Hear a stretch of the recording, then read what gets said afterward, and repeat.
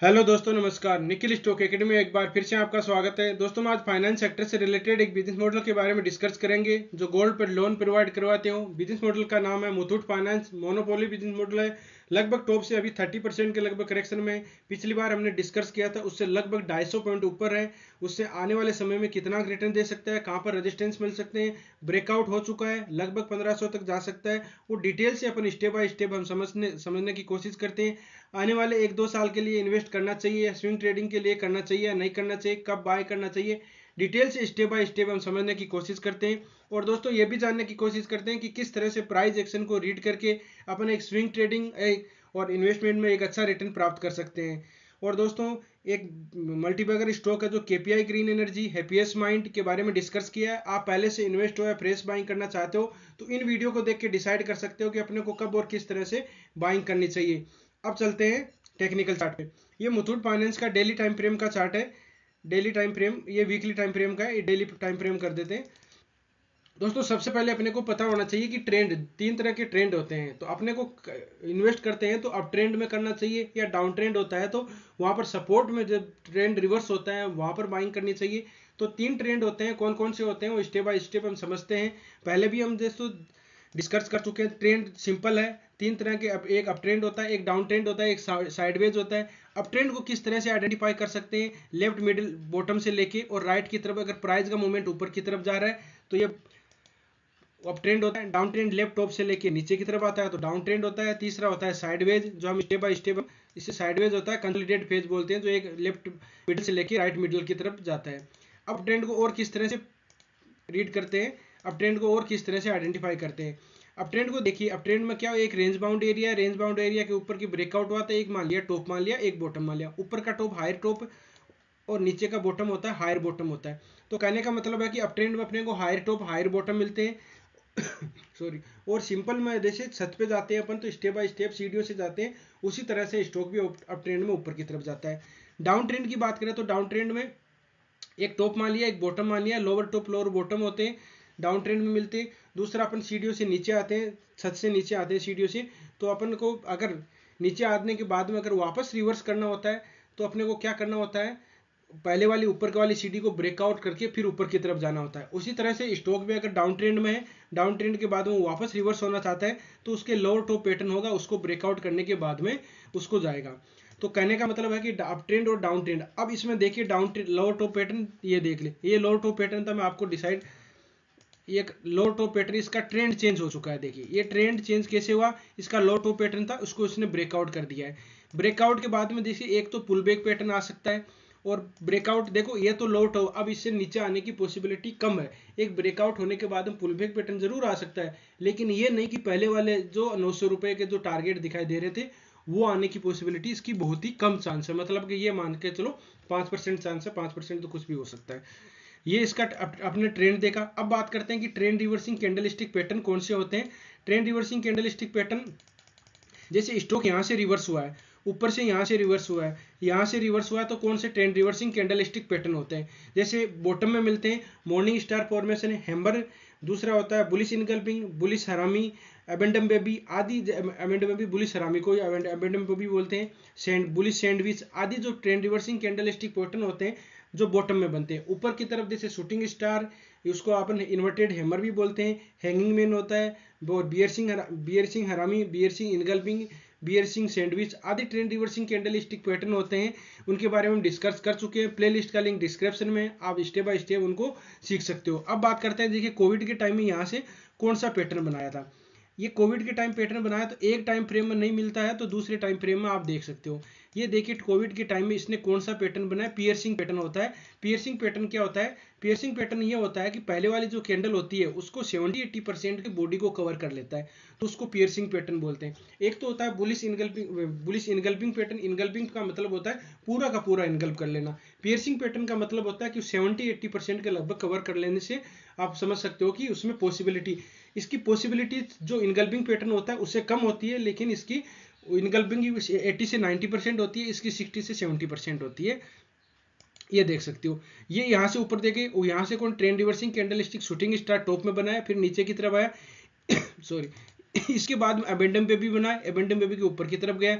यहाँ पर देखिए बहुत ही शानदार एक कौन सा पैटर्न बनाया, एक हैमर कैंडलस्टिक पैटर्न बनाया। यहाँ पर आप देख सकते हो कि हैमर कैंडलस्टिक, और उसके बाद ऊपर की तरफ। अब लोअर टॉप पैटर्न ये है, इसको ब्रेकआउट कर दिया है, पुल बैक पैटर्न आ सकता है, उसके बाद में आपको एक अच्छा मूवमेंट दिखाई देगा। जो पहले इसके रेजिस्टेंस रहेंगे, पहला रेजिस्टेंस तो ये रहेगा 1200 के लगभग, फिर बाद में आप देख सकते हो 1500, और ये 1725 के रुपए का 1726 के लगभग है। उससे अगर नीचे आता है वहां से, तो एक अचानक ऊपर की तरफ ब्रेकआउट नहीं करेगा, अच्छा ऊपर की तरफ ब्रेकआउट कर दिया तो फिर वापस आएगा इस रेंज के आसपास में, यहाँ पर रुके, मतलब 1-2 महीने रुक सकता है यहाँ पे, फिर ऊपर की तरफ जाएगा तो फिर और अच्छा मूवमेंट आने की पॉसिबिलिटी है।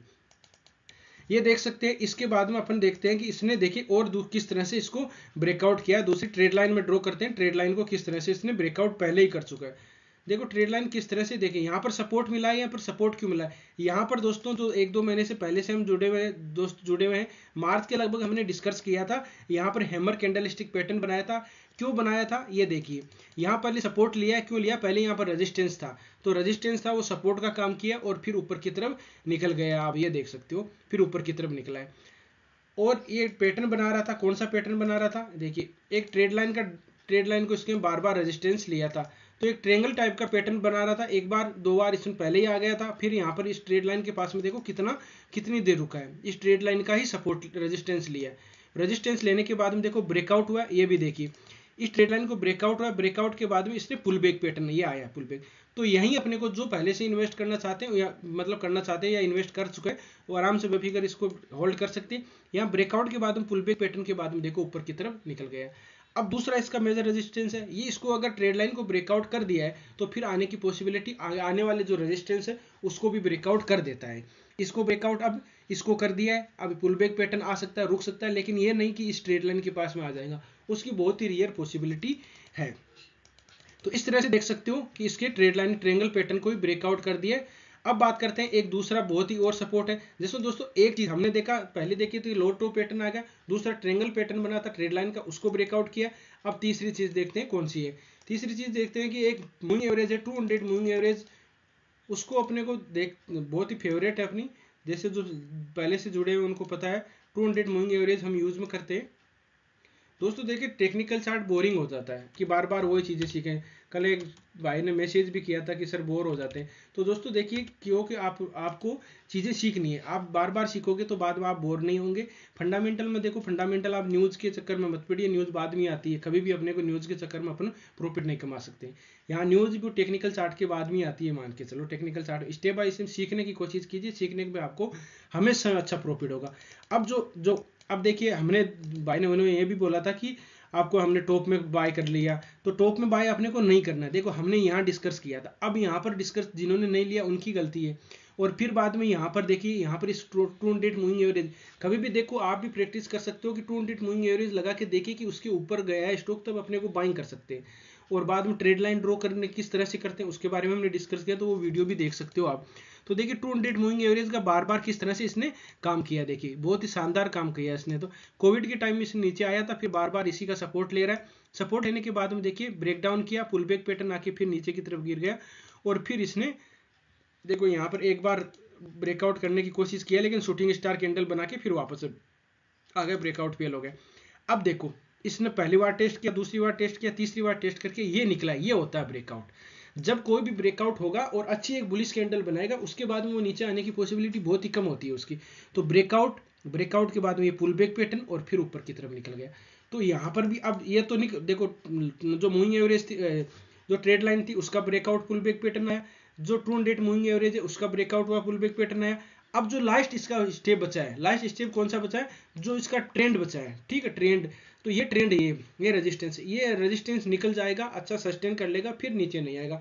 यहाँ से थोड़ा नीचे आ भी सकता है, क्यों, क्योंकि देखो यहाँ से रैली इतनी आई है, 700-900 रुपये का है, 250-300 रुपये रैली आई है, कब से, मार्च से ही मान लीजिए। तो फिर बाद में थोड़ा बहुत मतलब कि प्राइस को एडजस्ट कर सकता है, लेकिन ऊपर की तरफ जाएगा, उसमें कोई दिक्कत वाली बात नहीं।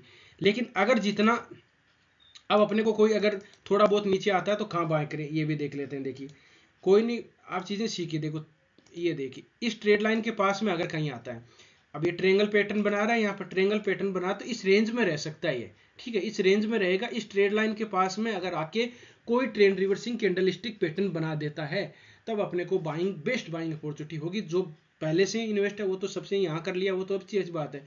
जो नहीं कर पाए वो उनके लिए होगी कि एक बार ब्रेकआउट अचानक अपने को नहीं करना है, वापस आने देना है, वापस इस ट्रेड लाइन के पास में मिल जाता है तो फिर बेस्ट अपॉर्चुनिटी होगी और ऊपर की तरफ बाद में चला जाएगा। और इस ट्रायंगल पैटर्न को ऊपर की तरफ ब्रेकआउट कर दिया तो फिर अच्छा मूवमेंट आएगा।